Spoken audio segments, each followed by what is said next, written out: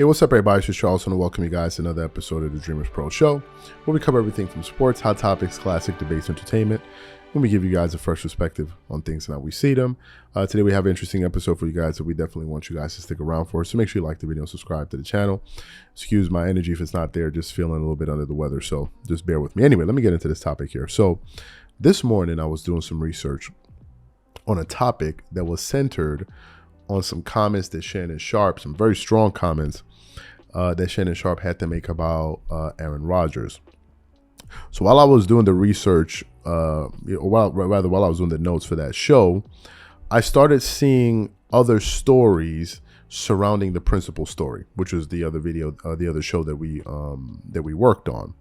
And there were various publications out there that were essentially calling out Shannon Sharpe for going at Aaron Rodgers so vehemently. And what I want to do is I want to read from a few of these sources to substantiate the points that I want to make later on in this show here, right? So I want to read some of these things that some of these articles had to say from different sports websites, and then, unpack this thing. But before we get into these articles, this video is brought to you by sponsor Aura, who's also the official sponsor of the Minnesota Timberwolves. Do you know what the fastest growing crime in America is today? It's identity theft. Imagine trying to log into your email only to see that your password has been changed. Then you start getting weird notifications from your bank and credit cards, only to find out that all of your personal and sensitive information has been totally compromised. If you think it can happen to you and your family, just know that in 2020, over 49 million Americans were victims to identity theft, costing them a combined $56 billion. That is why we are excited to partner with Aura, who's the sponsor of this video. Aura is the #1 identity theft and financial fraud protection. Aura monitors the dark web and alerts you if any of your passwords and accounts have been breached. And funny enough, after using Aura, I discovered some of my credentials were floating around in the dark web, and the app showed me exactly when and where the breach happened. In addition, Aura allows you to set spending alerts, and they'll notify you of any suspicious transactions. Aura is 4 times faster than any of its competitors in alerting you if someone is trying to open a credit card or obtain a loan using your name. And remember this, every 14 seconds, someone becomes a victim of identity fraud. Don't let it happen to you. Now click the link in the description and try Aura for free for 2 weeks and see if any of you or your family's personal information has been compromised. Start your free trial at aura.com/dreamerspro. And when you try Aura, by using the link in the description below, also know that you're supporting this channel. Thank you. Okay, so let me get into the first article here. It's from Heroics.com. So I just want to get into that quickly. Basically starts off with the headline: Shannon Sharpe uses obscene language to describe Aaron Rodgers. It continues on: in the past few years, no NFL player has been more polarizing than Aaron Rodgers. This has caused great debates amongst analysts of the NFL, especially on major television networks. There's no question where FS1's Skip and Shannon Sharpe undisputed stand on Aaron Rodgers. In the recent segment, Shannon Sharpe used obscene language to describe Aaron Rodgers. Basically, it continues on: after Rodgers went on Joe Rogan's podcast and talked more about his decision not to get the COVID vaccine, it renewed debate on Aaron Rodgers. Shannon Sharpe didn't hold back on Aaron Rodgers. He called him a prick and a horrible person. Shannon Sharpe went on to say that he thought Aaron Rodgers brought up the topic to rub it in the face of the NFL. It was clear that Shannon Sharpe does not care of how Rodgers handled the situation. The article continues on: this is strong language. To call someone a horrible person and a prick for not choosing to get vaccinated is a statement. Keep in mind that Shannon Sharpe is paid to make outlandish statements. That's what that first article had to say. Now I want to read from the second article, which I'm getting here from Outkick. Outkick.com. So this article starts off with the headline: Shannon Sharpe calls Aaron Rodgers a prick for not getting vaccinated. In case you were wondering if the absurd hatred towards unvaccinated had gone away, Shannon Sharpe's comments on Aaron Rodgers' vaccination status shows it has not. As opposed to Keith Olbermann's delusion of grandeur in thinking he lives rent-free in Aaron Rodgers' head, Rodgers appears to actually live rent-free in Shannon Sharpe's head. And Shannon Sharpe first said that Rodgers could be a top 5 player if he continues to win, but then claims that as a human being, he's a horrible person and a liar, as well as being arrogant, aloof, and finishes with, for lack of a better word, he's a prick. First of all, let me quickly say this. I've said it before on this channel, but I'm going to reiterate it here again. I'm going to repeat myself. I hate politics. I really do hate politics. Like, I hate it. I used to be really into it a number of years ago, but then once I realized it's all one big game, and it's like whoever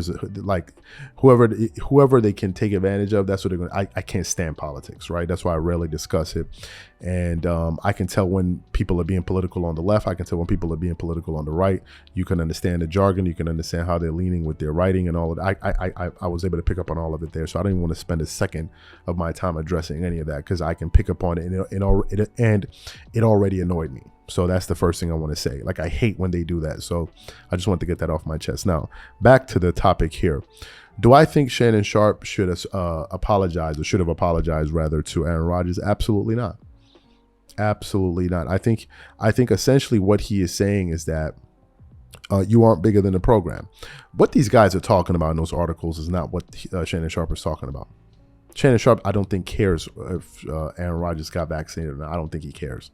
I think what he's saying is that Aaron Rodgers came in saying A, but in fact did B. That's all. This is, you don't need to go to Harvard University. You don't need to take some political science course to understand. This is quite simple. That's all. There's nothing else to it.